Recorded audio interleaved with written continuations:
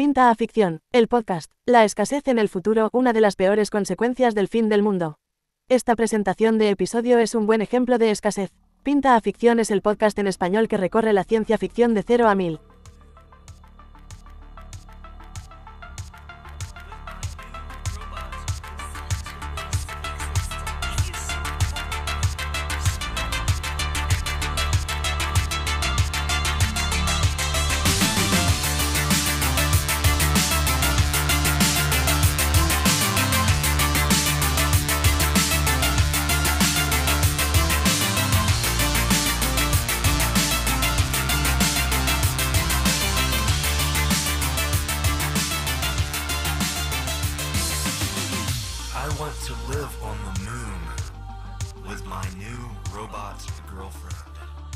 Hola, buenos días, buenas tardes y buenas noches a todos.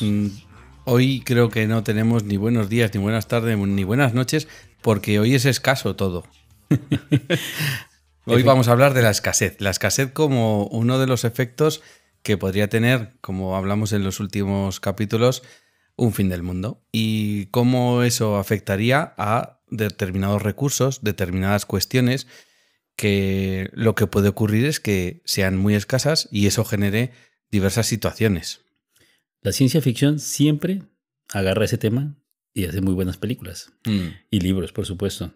Pero últimamente el hecho de que la ciencia ficción se vuelva real, por ejemplo, con una pandemia que pasamos todos, sí, ya empieza a ser preocupante. Maldito COVID. De que esas visiones apocalípticas que tenemos, pues parece que se empiezan a cumplir. Hay sequías, hay hambrunas, faltan combustibles, el calentamiento global, todos notamos el cambio de temperatura. Sí. Entonces vamos a hablar de todo esto hoy. Sí, porque son al final consecuencias de las acciones muchas veces humanas, ¿no? De pues esas visiones apocalípticas que todos recordamos, de temas como pueden ser guerras por el agua, disputas por el territorio. Veremos un montón de casos o de circunstancias en las que la gente tiene problemas para encontrar determinados recursos porque o bien los hemos contaminado o bien son sobreexplotado. Eso es, sobreexplotado. El principal problema que tenemos ahora es que, tal vez yo no lo sabía hasta que preparé este capítulo, de que solo el 2.5% del agua del planeta es agua dulce. Uh-huh. Y de este pequeño porcentaje, un 2.5% es muy poco, pues el 70% es hielo que está en los glaciales. Y alrededor del 30% están acuíferos subterráneos. Realmente lo que tenemos nosotros en disposición entre los ríos, los embalses, es un 0,3% para toda la raza humana. Y somos muchos. Entonces, ¿cuál es el problema? Que si encima la contaminamos haciendo vertidos o la sobreexplotamos. Has hablado ahora mismo de las reservas subterráneas. Ese es uno de los grandes problemas de los acuíferos como Doñana o como otros que hay a lo largo y ancho de España, y que el hecho de la sobreexplotación con pozos ilegales hace que los acuíferos pierdan su masa subterránea y dejen de ser un humedal o dejen de ser un entorno natural como lo eran hasta ahora. Y que estamos acostumbrados de que todos los desechos que produce la raza humana, somos 8.000 millones de humanos que generamos tóxicos, muchos tóxicos, y muchos desechos, por supuesto. ¿Qué ocurre? Estamos acostumbrados a que el planeta filtra todo. Sí. Pero ya tenemos una isla de plástico que se ve del espacio. O sea, que la estamos cagando, pero bien. Pero mucho. Y de hecho, sobre esta cuestión, ya en 2011, en un simposio sobre los premios Nobel de sostenibilidad realizado en la ciudad de Estocolmo, hablaba de que al recordar los patrones de insostenibilidad en la producción, consumo y crecimiento demográfico, constituyen estos un desafío a la resistencia del planeta para soportar la actividad humana. Entonces, la ciencia en este caso indica que estamos transgrediendo esos límites planetarios que nos han mantenido como civilización humana en los últimos 10.000 años, pero que esto se está acentuando y que cada vez tenemos la evidencia de que la presión humana está comenzando a sobrepasar la capacidad de la Tierra. Veremos cómo esto lo han estado estudiando y cómo hay una serie de indicadores que nos dicen dónde estamos haciéndolo o muy mal, o vamos camino de mal. Todos sabemos que los carburantes, los desechos del petróleo producen una toxicidad importante. hasta los años 90, un poco antes de los 90, todos vemos que ahora dice gasolina sin plomo. Sí. Esa no era la norma. La norma era que tenía plomo. Ya está. Y no sabíamos que nos estamos envenenando nosotros mismos con la producción de dióxido de carbono y plomo al ambiente. Sí. Y el plomo es tóxico para nosotros. Nos produce esterilidad y hubiese acabado con la raza humana. Es un veneno. Claro. Entonces, no solamente es este problema.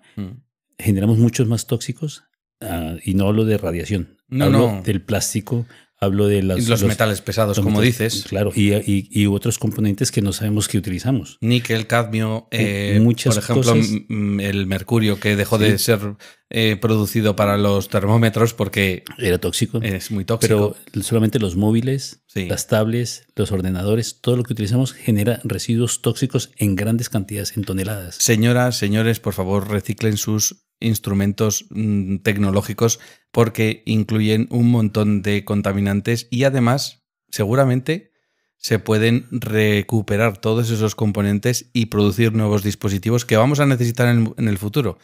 Entonces yo te diría que todo esto no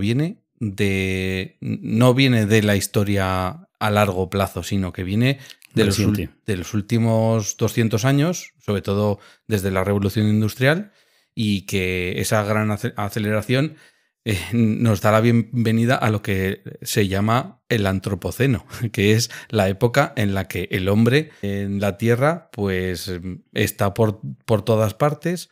Hay una evolución de diferentes indicadores que nos dicen que la actividad humana y su impacto en el medio ambiente es brutal. La OCDE, de hecho, habla sobre esto. Una cosa muy fácil es la deforestación de las selvas que tenemos. El Amazonas pierde miles de hectáreas al día y no lo frenan. Supuestamente decimos es el pulmón que tenemos en el planeta. Pero otro pulmón que es muy importante, que no todos sabemos, que es en el mar, es donde más oxígeno se produce. Sí.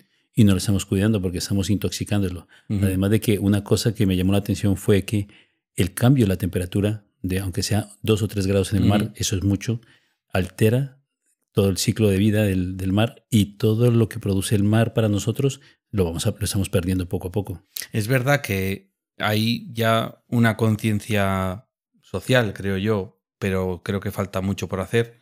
Y en este caso, lo que creo que ocurre es que vamos más lentos vamos más lentos concienciándonos y desarrollando técnicas para reducir, para reciclar, para recuperar, para reparar. Ya, pero yo creo que tenemos una conciencia, pero una conciencia de cara al público, de quedar bien.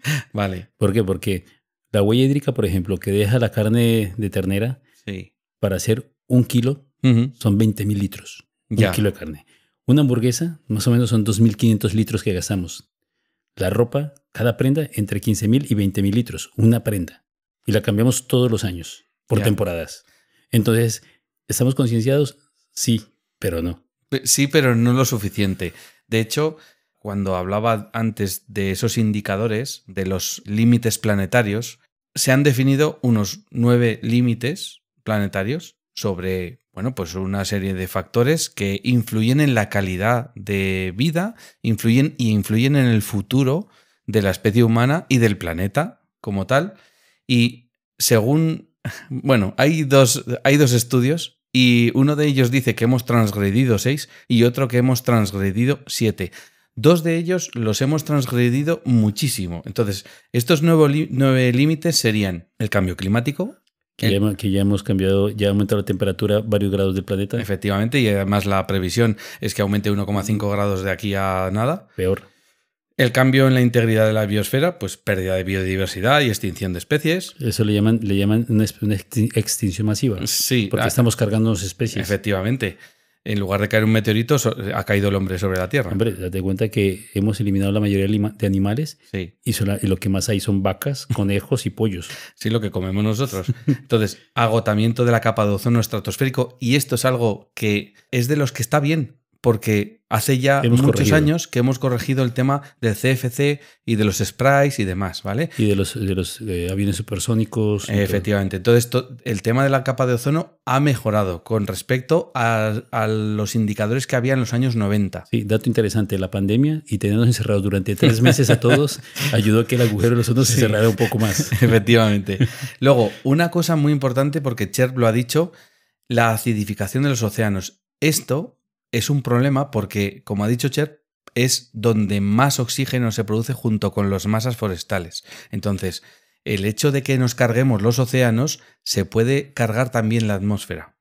Los flujos bioquímicos, como los ciclos de fósforo, nitrógeno, etcétera, el hecho de utilizar una serie de abonos y demás que agotan la Tierra, pero la llenan de nitrógeno. Bueno, cambio en el sistema terrestre, por ejemplo, la deforestación que tú has dicho, de masas como, por ejemplo, el Amazonas o cualquier masa forestal de las que hay en el mundo. Pero claro, se nota mucho más cuando las talas son tan brutales como allí. Sí, sí. El uso de agua dulce, que también has dicho claro, que tenemos... En este momento en España, y a momento actual, no sé cuándo escuché el podcast, pero en ese momento, comunidades como Cataluña, sí. Barcelona es una de las ciudades más importantes de España. Con restricciones. Restricciones, pero no solamente mantienen agua, porque tienen 2 desalinizadoras inmensas que fueron creadas para usar puntualmente al 100%, funcionando constantemente para generar agua potable para poderla consumir. Claro. El problema es que el agua se la bebe la gente y la sal, ¿qué la hacemos? Pues porque se acumula un montón de sal que no puedes tirar al mar. No. Entonces, porque si no, aumentas la salinidad del mar y eso acidifica. Bueno, es un. Y aumenta la presión, la presión osmótica y los animales se mueren. Los animales se mueren. Entonces, la octava sería la carga de aerosoles atmosféricos, que como digo, esta es la otra que ha mejorado, aunque no está del todo bien. Y por último, la introducción de cosas novedosas como la creación o liberación de sustancias o tecnologías nuevas que crean un impacto significativo. Hemos hablado en este podcast sobre la IA y tú y yo sabemos que la IA necesita capacidad de computación a lo loco y eso gasta un montón de energía y eso... Es que, si tú te das cuenta, un ser humano necesita un bocadillo para comer al día. Sí. Somos súper eficientes. Entonces, somos realmente muy eficientes comparados con una inteligencia artificial. Una inteligencia artificial puede hacer muchas cosas, pero la cantidad de servidores... Pero con un bocadillo no pasa el día. No, la cantidad de servidores que necesita son increíbles, inmensos. Entonces, todo el sílice y todo lo que utilizan ellos, los microprocesadores y todo lo que utiliza una inteligencia artificial es demasiado. Eso no lo hemos estudiado todavía. No es rentable de cara a decir... tengamos inteligencia artificial, pero y contamine tanto. Lo trataremos en detalle porque el próximo capítulo, lo anunciamos ya, será supercomputadoras y computación cuántica. Y Josito lleva varias semanas sin dormir preparándolo, porque le encanta. Sí. Bueno, pues entonces, de estos 9 indicadores que tienen su vista puesta en el cambio climático y en lo que sería, bueno, todo lo que son factores que afectan al futuro de la Tierra y a su sostenibilidad, hace que nos planteemos que lo estamos haciendo mal porque, como digo, no somos lo suficientemente conscientes de lo mal que lo estamos haciendo. Entonces, yo os diría que, bueno, podemos tener una visión de... que venga después el que pueda y sobreviva como pueda, pero pensad que algunos de vosotros supongo que tendréis hijos y el mundo que les vais a dejar, ¿no? Entonces, pues, si quieres hablamos de algunas escaseces. Ahora me recuerdas mucho, por ejemplo, de Mad Max, la película, en donde no hay agua. No.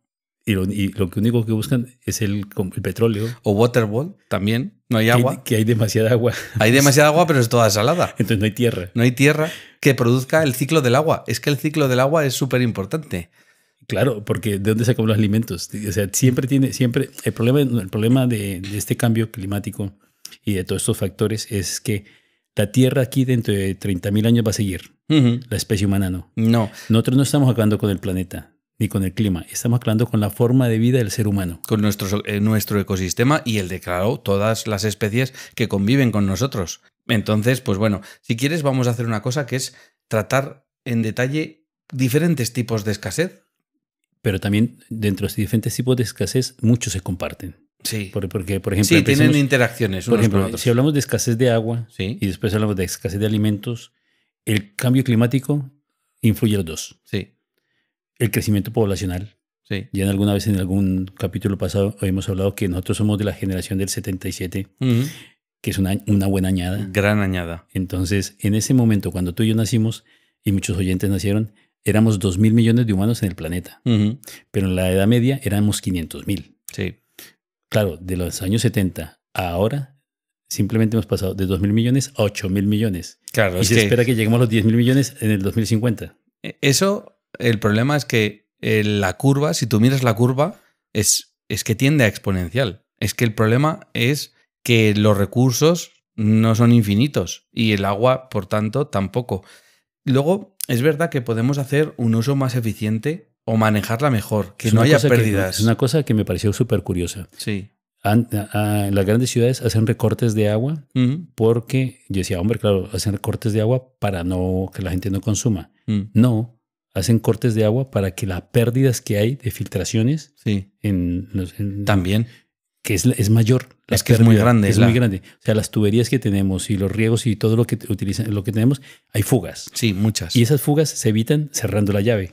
Entonces no es porque la gente lo consuma, es porque perdemos mucha agua potable. Luego aparte tenemos un problema que, como tú bien dices, todo está interconectado y que el cambio climático hace una cosa que es que hay sequías. Hay ciclos. Hay ciclos, pero no están tan regulados como estaban antiguamente. Entonces, el problema es que ahora hay sequías y luego hay, por ejemplo, trombas de agua que no somos capaces, ni la Tierra es capaz de gestionar. De absorber esa cantidad de agua. Porque la velocidad con la... Eso es. A ver, puede que lluevan 100 litros de agua en 2 meses o 100 litros de agua en unas pocas horas. ¿Eso qué produce? Produce pues una gran cantidad de agua que arrasa escombros. Claro. Y esos escombros se vuelven como una masa que lo que hace es llevarse coches y pues, muere gente, desafortunadamente. Sí. Entonces el problema es ese, no es tanto la cantidad, sino la velocidad con que cae. Y luego además tendríamos que decir que de ese agua que, como tú bien has dicho, es un pequeño porcentaje y tal, pues debemos pensar que toda ese agua a veces puede estar contaminada. Agua contaminada ni se puede consumir, ni se puede verter a otro sitio que haya agua, es un problema. Luego, esto también genera conflictos. Ya hemos visto en España con Doñana y con otras cuestiones como el trasvases y demás, claro, que genera conflictos territoriales. O sea... Claro, porque es que si el agua es mía, ¿por qué me la quieres quitar? Ya. Entonces, a ver... Que no vamos a entrar en si es posible o no es posible. El problema, a mí me gusta una frase que escuché hace mucho tiempo, la leí en un libro, no recuerdo dónde, decía... Cuando el hombre haya talado el último árbol, haya matado la última especie y haya gastado el último vaso de agua, se va a dar cuenta que el dinero no se puede comer. Efectivamente. Entonces, nosotros tenemos que darnos cuenta, no simplemente decir, sí, el cambio climático, sí, la falta de agua, es que lo hacemos. No, tenemos que ser conscientes en pequeños detalles. Por ejemplo, ¿cómo te lavas los dientes tú?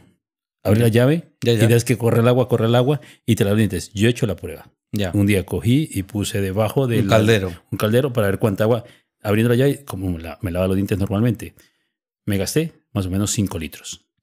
Después cogí un vaso de medio litro, lo llené de agua y con ese medio litro me lavé los dientes. Y ya está. Y fue igual, exactamente la misma situación. A que se te quedaron igual de limpios. Exactamente, igual de limpios. Y yo, hostia, es que son 10 veces más. Y pasa igual con la ducha, y pasa igual con muchas cosas. Pero si somos 48 millones de habitantes en España, multiplica esos 5 litros por 48 millones. Es que somos demasiados.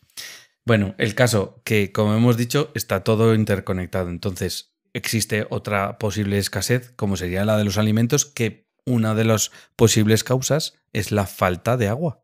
Porque si tú no puedes cultivar, pues... Y que generar ciertos tipos de alimentos es mucho más caro que otros. Claro. Por ejemplo, lo que hablamos antes, generar la carne, la proteína es muy cara.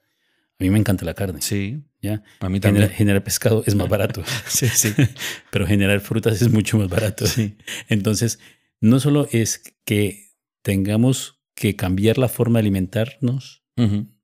Nosotros somos omnívoros, tenemos que comer carne. Pero también tenemos que tener en cuenta que no podemos comer todos los días. Un día tú te levantas y te comes unos huevos fritos. Al mediodía te comes un pescado, el que quieres a la plancha, y por la noche, mira, una hamburguesa me va a cenar esta noche. Y si queda una pizza, un trozo de pizza, pues también pizza con pepperoni. Venga. Eso en un día. Entonces la cantidad de alimento, pero no solamente es la cantidad de alimento. El problema es que nosotros somos una especie que no podemos controlarnos. Tenemos la capacidad de tirar a la basura toneladas y toneladas Sí. de alimento. Eso es uno de los problemas que yo veo y que hay varios programas para evitar, sobre todo, más que en las casas, que también, porque en las casas también se desperdicia, y eso lo he vivido yo mismo en mi casa, pero intentas, pues bueno, reducir lo más mínimo y aprovechar todo, yo qué sé. Pero, por ejemplo, en el tema de los restaurantes y en los ¿Qué supermercados, le sobra? en los dos sitios, o sea, son negocios que se basan en la comida, pero que tienen problemas a veces de que o les sobra stock, por ejemplo, o se pasa de fecha, o Claro, lo han pero cocinado es y no que, ha venido mira, cliente. Mira, la FAO en el 2019 informaba que nosotros más o menos tiramos a la basura 1.000 millones de toneladas de alimento al año. Ujú. Eso es demasiado. Eso es O sea, muchísimo. no entiendo cómo existe tanta comida en la basura y Sí. hambrunas. Y a la vez el coste de producir esa comida. O sea, son varias las cuestiones que se juntan. O sea, el hecho de lo que pierdo yo de dinero por tirar una comida Claro. a la basura. Lo que está ocurriendo que a lo mejor hay una persona que no tiene que comer. Y a la vez, el coste que ha tenido producir ese alimento, que a veces yo diría que no pagamos lo suficiente lo que realmente estamos consumiendo. Si realmente pagásemos las cosas, ese pantalón que tú has dicho, la hamburguesa, Al precio que debería ser. no sé si nos lo podríamos permitir Claro, todos los pero días. es que tú te acuerdas de La Carretera, que es una película que te encanta. A mí me Buenísima. encanta. Es muy dura, pero es muy buena. Que la típica historia Sí. posapocalíptica donde un padre está con su hijo Ujú. y ahí vemos que nosotros sufrimos Sí. no por nosotros, porque un hombre, un adulto... Yo sí, sufría por el padre y por el padre, hijo. El hijo, o sea, el padre, ver cómo sufría el padre porque no había alimentos, no había comida. Y buscaba la forma de alimentar a su hijo como fuese. Como fuese. Y entonces, y el pasar hambre, tanto él como el hijo, o sea, a él le dolía más que el hijo sufría de hambre que Sí. él mismo. Si queréis ver una película que trate la hambruna, coged esta película. Porque, o sea, quiero decir, más allá de cualquier anuncio de una ONG que te muestre los niños en África, que es súper importante que les llegue alimento, pero quiero decir, el hecho de verte alguien como tú, que se supone que, No, que, sí, que vive, no. que vive en este país. Que no es ningún superhéroe, ni No, un no, no, antihéroe. una es persona normal. Un hombre completamente normal con un hijo. Y que no es capaz de darle de comer. O sea, la dureza de la película... Bueno, yo primero me leí el libro y después he visto la película solo un par de veces. Porque no o sea, es muy dura. Entonces, recomendadísima, por supuesto. El problema con los alimentos es que aproximadamente el 70% está cubierto de agua, todos lo sabemos. Y ese 30% que queda, pues hay muchos desiertos, muchas montañas, muchos bosques y selvas que no son... Tampoco hay tanto terreno cultivable. O sea, se calcula que, dependiendo de donde lo leas, un 5% de la tierra es cultivable. ¿Qué ocurre? La tierra se agota. Sí. Todos los que... No, yo no soy agricultor, Ujú. he leído sobre eso porque me interesa, Sí. pero no tengo la práctica. La gente que sabe, Sí. la tierra se agota. Ujú. Entonces tienen que ir rotando, Sí. poniéndole fósforo, poniéndole nitrógeno para intentar sacar comida. A ver, yo he visto, hace poco vi una noticia y era un cultivo experimental que la verdad es que dices, bueno, esto lo que pasa es que a gran escala lo veo complicado. Pero era un container y dentro Sí. de ese container, en vertical, había varias filas de lechugas, de... Bueno, Sí, sí. En algunos países lo que hacen es que cada casa que Sí. tiene un pequeño huerto y ellos generan pero bueno, alimento. esto estaba con Tecnificado. sensores, bueno, súper tecnificado. Sensores de humedad, de crecimiento, no sé qué. Luego tenían, en vez de luz normal, porque era un container, Sí. era luz azul y roja para facilitar Sí, pero el avance- ciclo de Siempre crecimiento. creemos que los avances tecnológicos Sí. nos van a ayudar. Y en el caso de la alimentación, Mm, el avance que nos hicieron, nos vendieron, sí, fue parcialmente bueno y nos lo creímos todos con los transgénicos. ya. ¿Qué ocurrió? Un transgénico produce alimento en sitios donde no crecería normalmente. En el Sí. desierto es capaz Sí, de sí, crecer sí. con poca agua. Pero esos transgénicos no generan semillas. Ya. Entonces no pueden hacer lo que siempre hacían de coger las semillas y volver a replantar y No, hay que comprar. hay que comprarlas siempre. Sí. Y si no Bueno, es que yo creo que hay un negociete detrás. Claro, pero es una pérdida de biodiversidad agrícola. Sí. que no solamente ocurre por eso, sino por otros motivos también. De hecho, me parece muy mal que se pierdan variedades de tomates, de ajos, de no sé qué, que menos mal que en algunos sitios de España y de otros países, ¿vale? No, yo hablo de España porque conozco el caso, se hacen proyectos para recuperar un montón de variedades autóctonas que tienen pues diferencias de sabor, de textura. Sí. Quiero decir, al final es riqueza, riqueza alimentaria. Yo te digo un ejemplo muy simple que lo he vivido. Hemos puesto un pequeño huerto, sí, pocos metros cuadrados. Que tienes que doblar más el lomo, es mucho trabajo, demasiado trabajo. Y pusimos tomates. Ya lo sé. Una tomatera. Todos mis tomates eran feos. ¿Pero estaban buenos o no? Sí, por eso. Allá voy. Yo voy al Mercadona, al campo, a cualquier gran superficie y compro tomates perfectos. Sí. Rojos, bonitos, todos son parecidos. Pero mis tomates, ninguno parecían hijos del mismo padre.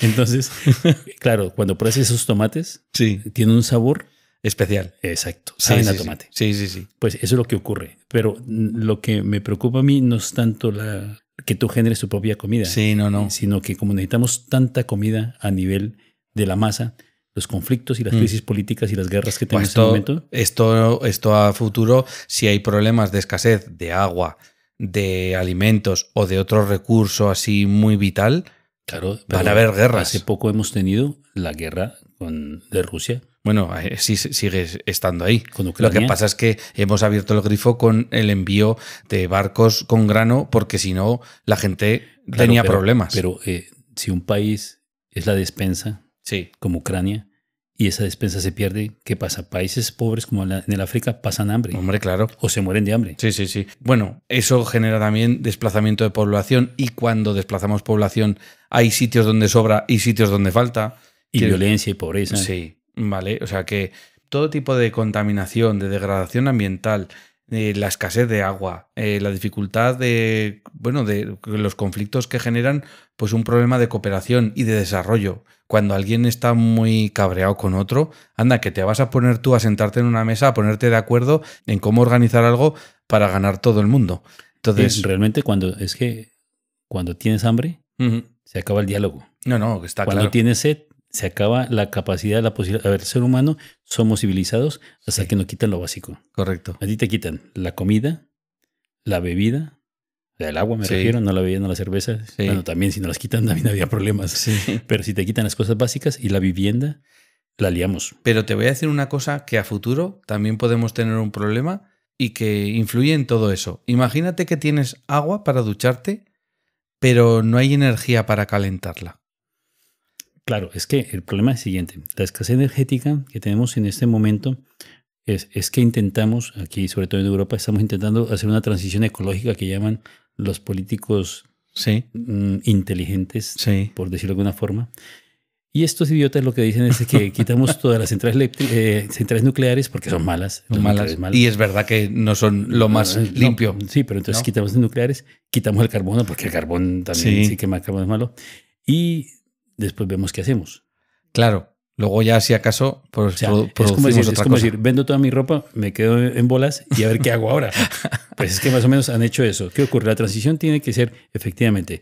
El otro día leí un artículo que me encantó, fue que si tú coges el desierto de Sahara y tienes que plantar paneles solares para alimentar a toda la raza humana de electricidad, o sea, la electricidad ecológica, me sorprendió que solamente tenías que sembrar el 1.5% de la zona. Si es que producen un montón. Claro, mira, pero es que el problema es que no nos dejan. Aquí hay un problema que no solo es poner placas solares o aerogeneradores, sino que hay dos problemas, ¿vale? El primero es el de que no se me vaya el negocio, ¿vale? Claro, porque... Y el segundo, y en este caso tiene que ver con la red eléctrica. Para tú mantener la tensión, la red eléctrica activa, la distribución, necesitas que algo mantenga. Cuando no hay viento. Sí, acumuladores. Pero es que hoy en día no hay acumuladores. Tiene que haber un trasfondo.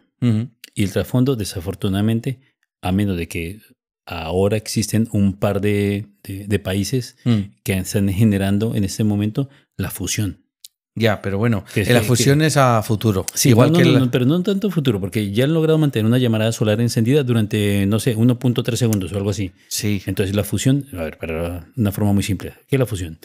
Los soles están llenos de un combustible que es el más fácil, que es el hidrógeno. Bueno, en este caso utilizan deuterio, pero sí. Sí, bueno, sí, pero el hidrógeno es H, o sea, es un átomo con un electrón alrededor. Sí. Entonces lo que hace la presión y el calor genera que en lugar de tener un solo electrón alrededor, pues se combinen dos y tenga un núcleo con 2 electrones. O sea que pasa a ser helio. Y eso se genera un montón de energía. Un montón de energía. Pero el problema es que el helio produce energía. Pero el problema es que eso ahora tú y yo sabemos que es una cuestión experimental y que no puede surtir de energía al mundo. En este momento no. Entonces, aquí la cuestión es que hay dos cuestiones. Una es que tenemos que suplir o producir la suficiente energía para dar servicio a todas las personas que quieren energía. Continuamente. Continuamente. Y eso implica... En gigavatios. Eso es. Y eso implica que con la energía solar y la eólica no son suficientes. No, porque eso es momentáneo. No. No llega a ser Necesitas constante. poder hacer un suplemento, bien sea con energía nuclear, bien sea con quema de carbón o de gas, ¿vale? Lo que se llama ciclo combinado. Sí. O, por ejemplo, lo que yo digo que tiene que ocurrir al futuro, que es que seamos capaces de producir hidrógeno y después quemarlo. Porque el hidrógeno, a diferencia de otras cosas, sí que se puede almacenar. En teoría hay coches que pueden ir con hidrógeno. Entonces, creo que, aunque hay muchos detractores del hidrógeno, y yo creo que tiene más que ver con que no se me vaya el negocio. A ver, y también que... Con que la dificultad que tiene. Y que es un poquito explosivo. Sí, es lo que tiene. Entonces, la energía también puede ser a futuro un problema y, de hecho, yo creo que si encima lo juntamos con que venga una época estilo glaciación como en el día de mañana o un Snowpiercer, y encima no tenemos con qué producir la energía, yo no sé lo que puede pasar. O sea, pues muy simple, guerras, hambruna, muerte y destrucción. Típico de ciencia ficción. Pero hay muchos más tipos de escaseces. Bueno, a ti que te gustan las cosas, yo tengo una pregunta. ¿Y las inteligencias artificiales? Sí. ¿Qué papel jugarían ahora?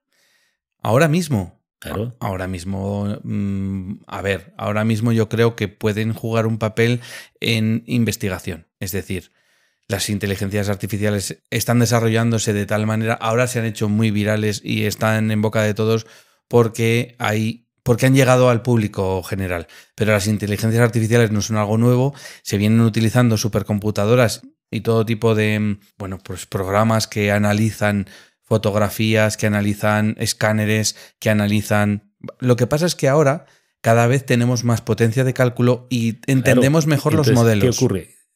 ¿El desplazamiento laboral? ¿No produce escasez? No. Sí, porque los trabajos que sean automáticos, repetibles y que sean... Eso no es escasez. Eso es exceso de tiempo. No, va a haber escasez de trabajo. Ah, escasez de trabajo, claro. Entonces, y eso va a generar, pues, como la revolución industrial. Un montón de gente en la calle. Bueno, va a haber escasez de trabajo. Yo creo que el problema aquí está en que seamos capaces de acomodar el mercado laboral, ¿vale?, a las necesidades de las empresas. Es muy sencillo. El problema es que eso requiere que las personas y las empresas hagan por adaptarse. Las empresas por formar a sus trabajadores, ¿vale?, y los trabajadores por tener interés en formarse en nuevas capacidades, nuevas habilidades, porque si no, va a haber algunas que van a ser sustituidas. Eso es así.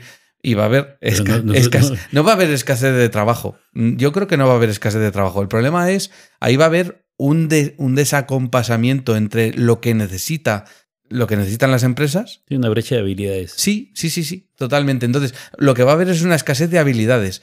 Sí, a no ser que nos pongamos a aprender. Hace 100 años comparado a ahora, el 80% de las profesiones han desaparecido. Esta brecha, gracias a las inteligencias artificiales, va a aumentar. Porque calculan que dentro de 30 años el 50% de los trabajos que existen actualmente van a desaparecer. Bueno, y yo flipo. Porque pero eso es evolución, ¿eh? Yo vi un robot hace unos meses ya que servía cervezas. Sí. Mejor que cualquier... No, mejor no. Sí. No, servía con la espuma perfecta, fría. Bueno, yo te digo, hace poco estuve en una jornada en la que se habló de el cocamarero, ¿vale? Y entonces, en este caso, lo que hace el robot, y esto es un caso real, de un señor que lo explicó, que tiene 3 restaurantes y que ha implantado un sistema en el que el camarero lleva a su lado un robot. El robot carga con el peso y lleva la información de la comanda y demás. Sí. Y el camarero se puede centrar más en atender al cliente.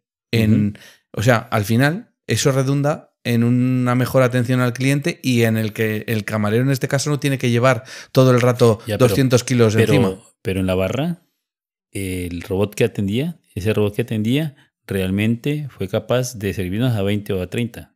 Si tienes un robot que sirve cervezas durante 8 horas, te ahorras un camarero. A ver. O 2. Que, por ejemplo, ya te lo conté, un día mi hermana y su marido fueron a un restaurante asiático y el camarero era un robot. El robot llegaba a la mesa con una pantallita, tú en la pantalla táctil pulsabas lo que querías, le dabas a aceptar, se iba, y al rato volvía trayéndote los platos de tu comanda y lo único que tú tenías que hacer es cogerlo. Que eso es verdad, que te voy a decir una cosa, te puede parecer guay así en ese momento, pero habrá gente a la que diga, yo quiero que me lo sirvan en la mesa, yo quiero que venga una persona. Quiero decir... ¿Tú te acuerdas de Passengers? Sí, pero... ¿Hay un camarero? Sí, además es muy chulo el chaval. Es el camarero ideal, porque une la interacción humana con el robot. Hasta que se da un golpe en la cabeza y empieza a hacer tics. ¿Vale? Entonces, quiero decir, sí, pero no. Yo creo que en determinadas cosas siempre vamos a preferir la interacción humana, o eso quiero pensar. A ver, una cosa, dependiendo la generación. Las generaciones antiguas, viejas, como llamo yo, mis abuelos, mis padres. Creía que tú y yo. ¿Tú y yo también? Nosotros preferimos interacción humana. Las nuevas generaciones no quieren la interacción porque les parece más rápido lo que es analógico, ¿no? Es completamente digital. Ellos dicen, no quiero ir a hablar en la taquilla, en la ventanilla con un cajero. Quiero hacerlo de esta forma que es más fácil. No quiero estar discutiendo con eso, quiero que me traigan eso. No sé. Yo no te diría hay personas que no, pero... Hay personas que les molesta que el camarero se equivoque.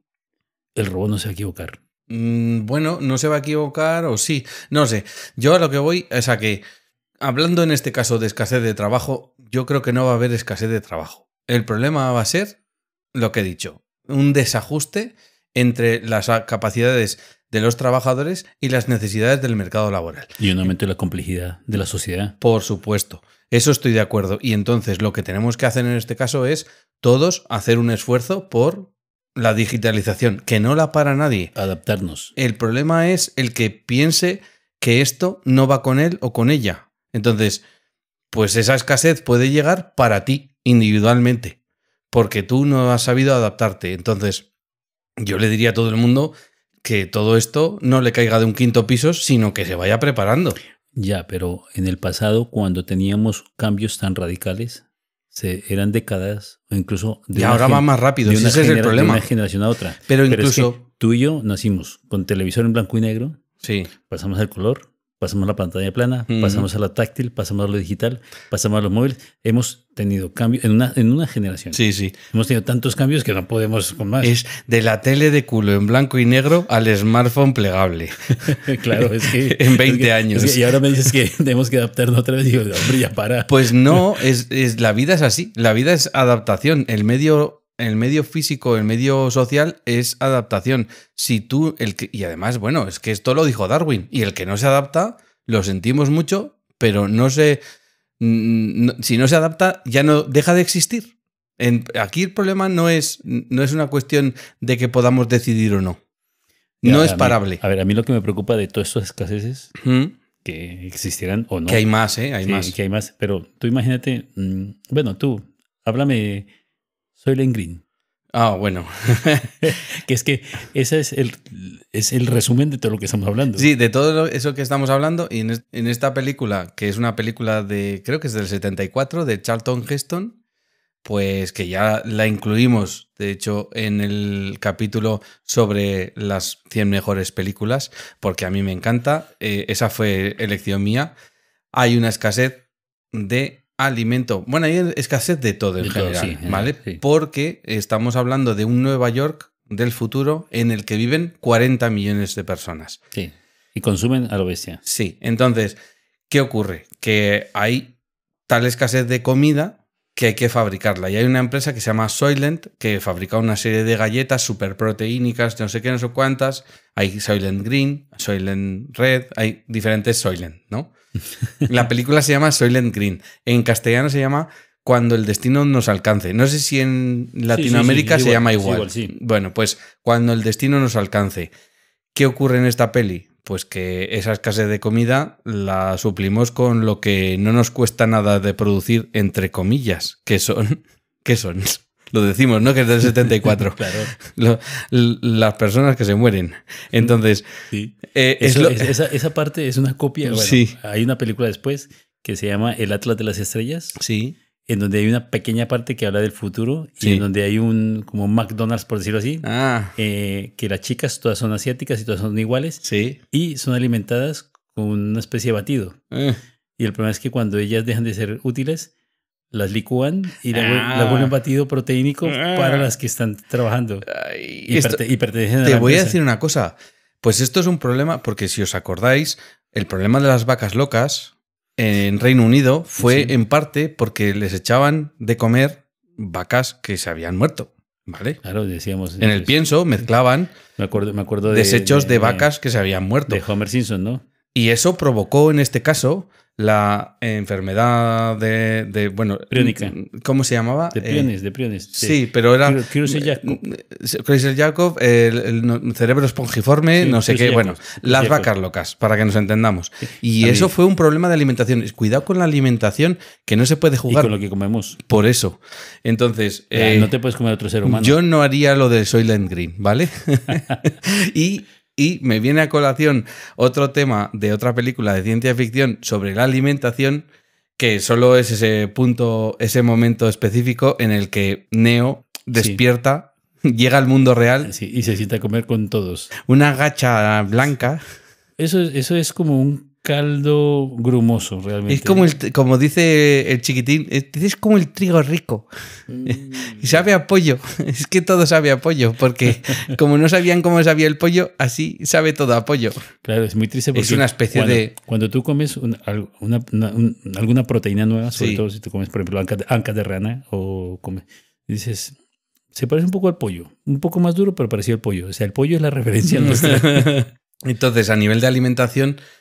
tenemos referencias en el cine, como hemos dicho, Soylent Green, en Matrix, esa papillita blanca que comen, el problema de alimentación que tiene el mundo en Interestelar, que debido al problema de los cultivos, de que hay una plaga que se está cargando todos los cultivos, si no podemos cultivar, nos morimos de hambre. Y si no podemos combatir esa plaga, nos tenemos que ir. Nos tenemos que ir y buscar otro planeta. Entonces... Pero hay otras escaseces, por ejemplo, la escasez de atención médica, que aquí me viene a colación una peli que me encanta, que hemos tratado, salió en la lista también de las 100 mejores porque es muy buena, que es Elysium. ¿Qué ocurre en Elysium, Cher? En Elysium lo que ocurre es que la raza humana, esa película lleva al extremo la división de clases sociales. Hay unos que están muy arriba y otros que están muy abajo, pero lo de arriba lo llevan al extremo. Generan un hábitat artificial. Sí. Como algunos que hemos leído Mundo Anillo, pues nos recuerda al Mundo Anillo, donde generan una situación artificial con una biosfera espectacular, con mares, ríos, lagos, y la gente allí vive como los millonarios. Pero además de eso tienen la tecnología para que la sanidad sea gratis, porque una máquina es capaz de curarte de cualquier cáncer. Como el autodoc de Passengers. Sí, exacto. Pero el problema es solo para ricos. Y los de abajo... Pues a pasarlo mal. Se joden y no pueden curarse de nada. Entonces, Elysium es el extremo. Ojalá lleguemos a tener esa tecnología, pero no esa distribución. No, la distribución no me gusta. Hablo de otra escasez muy interesante, que es la escasez de vivienda. Y me viene a la cabeza, por ejemplo, Ready Player One. Claro, a ver, Ready Player One, los que leímos el libro, la película, llega un momento en que hay tanta sobrepoblación que esto ya ocurre. En ciertos países asiáticos viven en metros cuadrados, 15, 20 metros cuadrados. Si estamos hablando de que aumenta la población mundial y necesitamos también más terreno para cultivar, ¿qué ocurre? Pues que se va reduciendo el terreno para construir. Pero en un piso de 15, 20 metros cuadrados tienes cama, habitación, despacho, baño, tienes todo. A ver, que hoy he visto en las noticias un ático, lo llamaban ático, que era un cuadro de contadores de 8 metros cuadrados en la parte de arriba de una vivienda, que aquello y lo alquilaban por 600 euros en Madrid. Sí. Entonces, quiero decir, en en Ready Player One, que es en la peli donde sale el universo Oasis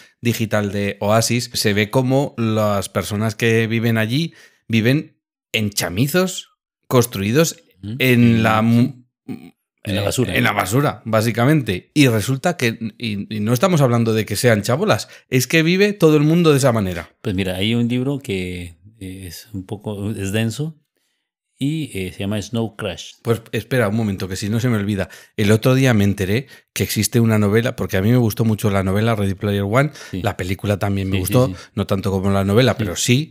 Y me enteré el otro día que hay un libro que es Ready Player 2 y ya lo tengo en el disparadero para leérmelo. Pues en Snow Crash, que es una de ciencia ficción, o sea, es un libro de ciencia ficción duro, no es para cualquiera. Sí. A mí me ha costado leerlo porque es largo primero y segundo, tiene mucha ciencia ficción, mucha y se les va la pinza. Pues la gente allí vive en una habitación técnicamente, pero como se entran a la realidad virtual, sí. Y en la realidad virtual compran mansiones para vivir en mansiones. ¿Pero es irreal? Es real, pero es lo que viven. Ah. Y eso llegaremos tarde o temprano. Madre mía. Bueno, vamos a hablar de una escasez que me parece a mí que es importante, de que tenemos que discutir. Primero, una escasez que recordé el otro día, que es la biodiversidad humana. Sí. Las especies que son muy parecidas entre ellos generan valga la redundancia, una degeneración genética. Ya lo hemos visto en Waterworld cuando le dicen al protagonista que se junte con alguna del atolón porque necesitan variedad genética. Sí, y lo que pasó con los reyes. Sí, bueno. Y también antes en los pueblos lo sabían y cuando iban a fiestas en un pueblo se llevaban una vaca y se traían un toro para mezclar el gen. Claro. Genoma. ¿Qué ocurre? Eso ha sido de toda la vida. Los países en donde son más radicales, los muy nórdicos, entre ellos se mezclan. Los muy asiáticos, entre ellos se mezclan. Los más racistas que yo he visto son los negros africanos, entre ellos se mezclan. Esto lo que produce es que no haya una mezcla suficientemente buena para que las crías sean fuertes. La diversidad genética, todos sabemos que, como dice José Luis Rodríguez del Puma, un negro con una blanca se ha de casar para que los hijos salgan con plumas de pavo real.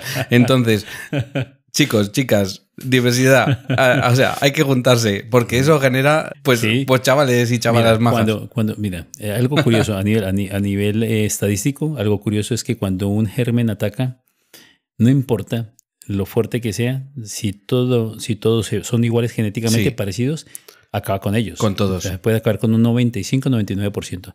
Pero si hay mezcla genética, no importa qué tan fuerte sea el germen, un 20 o un 30% sobreviven. Estoy convencido, porque son resistentes. Claro, yo estoy convencido que, por ejemplo, temas como el COVID o como la mal atribuida gripe española, que no era española. No sé si lo sabéis. Al final no fue española. No era española. Le echaron el muerto y al final descubrió que no era. No era española, pero bueno, el caso que lo que ocurre es que si hibridamos las genéticas de la gente, eso refuerza nuestra especie. Claro, porque cuando tú heredas la mitad del sistema inmune de tu madre y la mitad de tu padre y son realmente diferentes los dos, tienes una gran probabilidad de defenderte contra los virus que vengan. Por supuesto. O las bacterias. Sí. Bueno, pero hay otro déficit, otra escasez que lo leí. Un libro que además lo busqué en ChatGPT. Tengo que decirlo porque además le pregunto y me responde libros muy interesantes. ¿Qué es la cura? La cura. Y marcaba, y decía este libro, y leí el resumen y dije, no entiendo por qué es un déficit, por qué hay una escasez. Pues este libro habla de la escasez de la inteligencia humana. Oh. No es que hable de políticos, habla de que es una escasez de que un virus... A ver, un resumen. ¿Puedo contar un resumen? Bueno, no es de la inteligencia, sino más de la memoria, ¿no? Sí, pero bueno, va todo mezclado. Va todo mezclado. Están intentando curar la enfermedad de Alzheimer. Sí. Entonces, ¿qué ocurre? Nuestro cerebro está protegido por la barrera hematocefálica que no nos permite pues que nada pase. o sea, los nutrientes, y evita que entren bacterias y virus. Pues intentan de que, como algunos virus entran, que un virus entre y un virus retroviral, que son de los que mezclan el ADN. Como ellos, el SIDA. Exacto, mezclan su genoma con las células. Entonces, meten un virus retroviral para que meta información y modifique y evite el Alzheimer, la cura supuestamente. ¿Qué pasa? Ese virus está en contacto con otro virus por un fallo. No va a contar el libro, pero un fallo. Y ese virus muta y empieza a extenderse de forma como un resfriado por el aire. Pero de una forma como si fuese una pandemia de gripe. Pero lo que consigue es de que las personas empiezan a sufrir de Alzheimer a cualquier edad. Pues te voy a decir una cosa. Si se transmite por el aire y produce eso... Pues entonces hay una catástrofe global en donde en pocos días las personas pierden sus recuerdos. Y un ser humano sin recuerdos... Es que no sabe poner ni el microondas. No saben abrir una lata de comida. No. Entonces te mueres en tu casa encerrado porque no sabes abrir con la llave de la puerta. No, porque al final resulta que si esto se contagia, no hay suficientes personas para... Porque yo lo he vivido y he visto casos de Alzheimer. Que no recuerdan nada. No, y que son personas que no son capaces, por desgracia, de valerse por sí mismas. Pero incluso entonces necesitan que alguien... Hasta comer se lo olvida. Claro, eso es. Y necesitan que alguien les cuide. Entonces, si esto se generaliza, no habría suficientes personas para cuidar a los que están mal. Pues exactamente. Y este libro es La cura de Glenn Cooper. Mira, me está dando un mal rollo. Es buen libro. Hay que decir que, como siempre, hay un pequeño porcentaje. Que no han sabido terminarlo. Que son un pequeño porcentaje que son resistentes al virus y... Menos mal. Pues eso es porque se han juntado... Como he dicho antes, como dice José Luis Rodríguez del Puma. No lo vuelvo a repetir, pero escuchar la canción que lo dice claramente, que hay que mezclarse.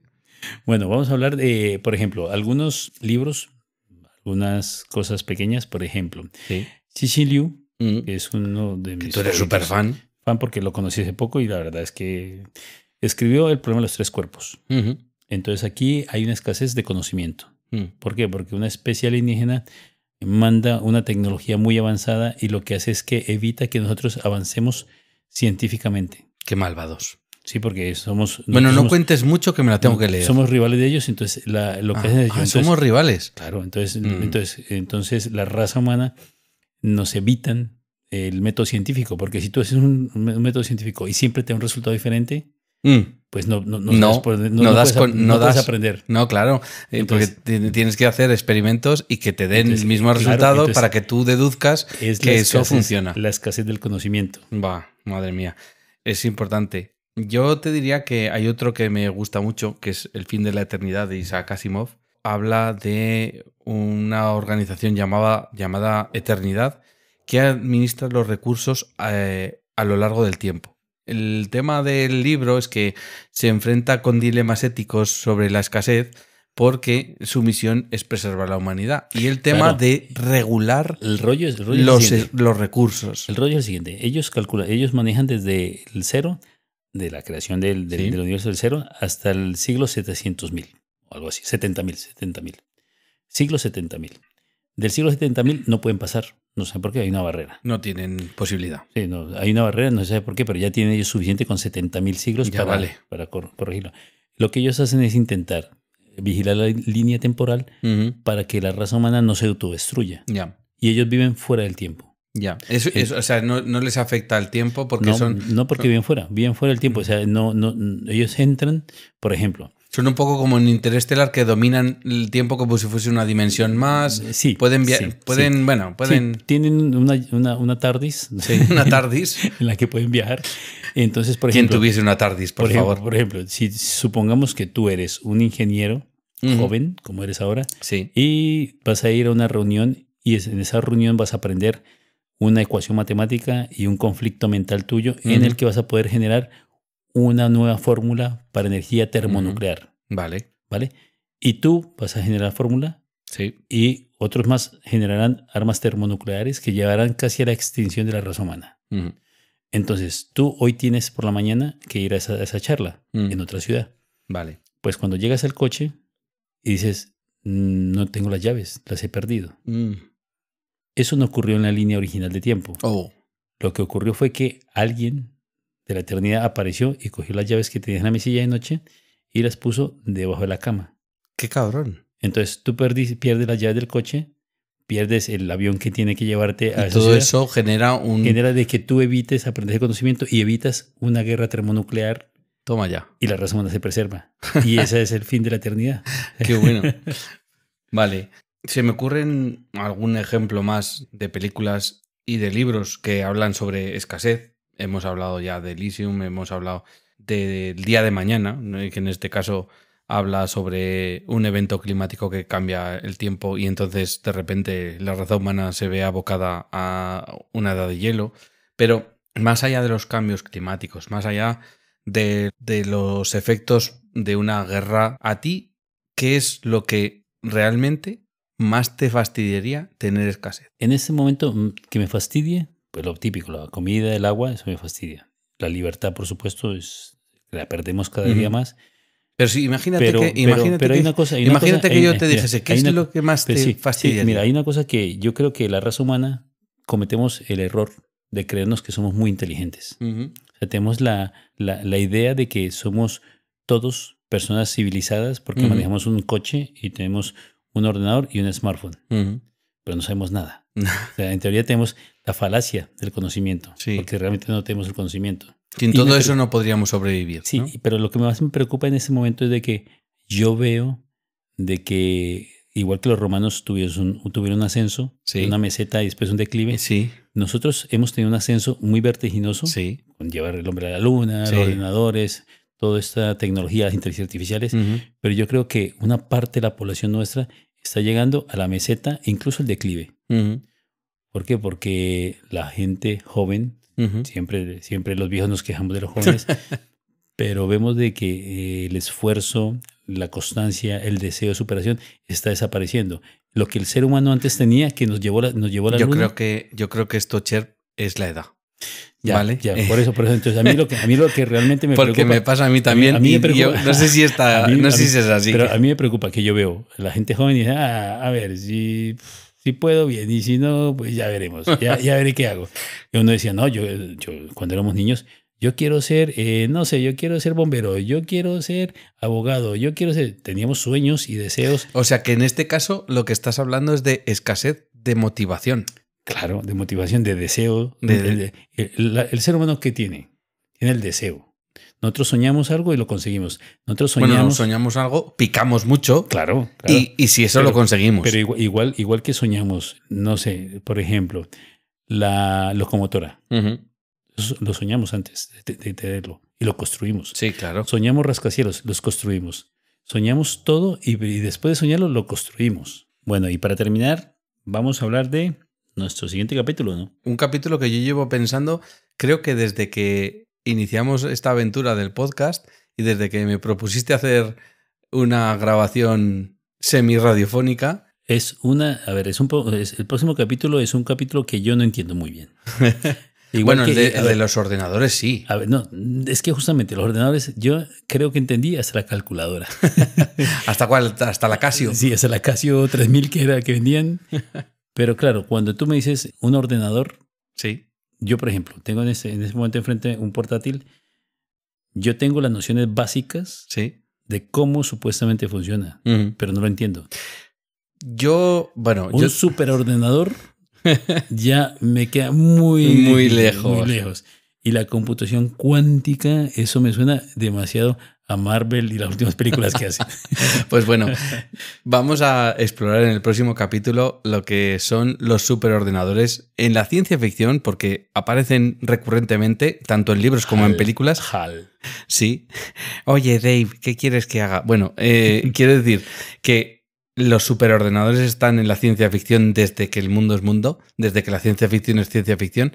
Entonces haremos un capítulo solo para hablar de lo que es la computación y las grandes computadoras, del origen de las mismas, las películas que hay. Que hay un montón además. Eso es. Después una de computación cuántica, claro. Claro. Pero yo creo que además serían como 3 capítulos enlazados, porque después seguiría cerebro digital. Sí. Que sería como el fundamento, esos 2 capítulos. Pero el cerebro digital yo creo que lo vamos a dejar para un poco más adelante porque todavía lo estoy cocinando. Entonces, ahora vamos a sentar las bases con las supercomputadoras, con lo que pueden hacer los superordenadores de hoy en día y lo que han hecho durante toda la historia. La computación cuántica. Y luego haremos otro capítulo con lo que podemos vislumbrar que será la computación cuántica del futuro, que hoy en día está en súper pañales. Bueno, está sin pañal. Ahora mismo está sin pañal. Y lo intentaremos hacer aterrizados para los seres humanos. Sí, normales. Porque os voy a decir una cosa. El tema de la física cuántica, yo no soy físico ni soy cuántico. Voy a intentar que lo expliquemos lo más asequible posible para que la gente lo pille, y además es que creo que es muy interesante. Sí, pero si lo hicimos con el viajes en el tiempo, podemos hacer esto también. Si hicimos viajes en el tiempo, pasado, futuro, capítulos 2 y 3, bueno, eso lo podemos replicar. Bueno, muchas gracias, un abrazo y hasta la próxima. Hasta la próxima. Adiós, Adiós. adiós. Pinta a Ficción, el podcast. Sumérgete en nuestras historias y disfruta alimentando tu imaginación. Suscríbete en las principales plataformas de podcast como Spotify o iVoox, entre otras. Síguenos en Facebook e Instagram buscando Pinta a Ficción. Más información en nuestra web pintaaficcion.super.site.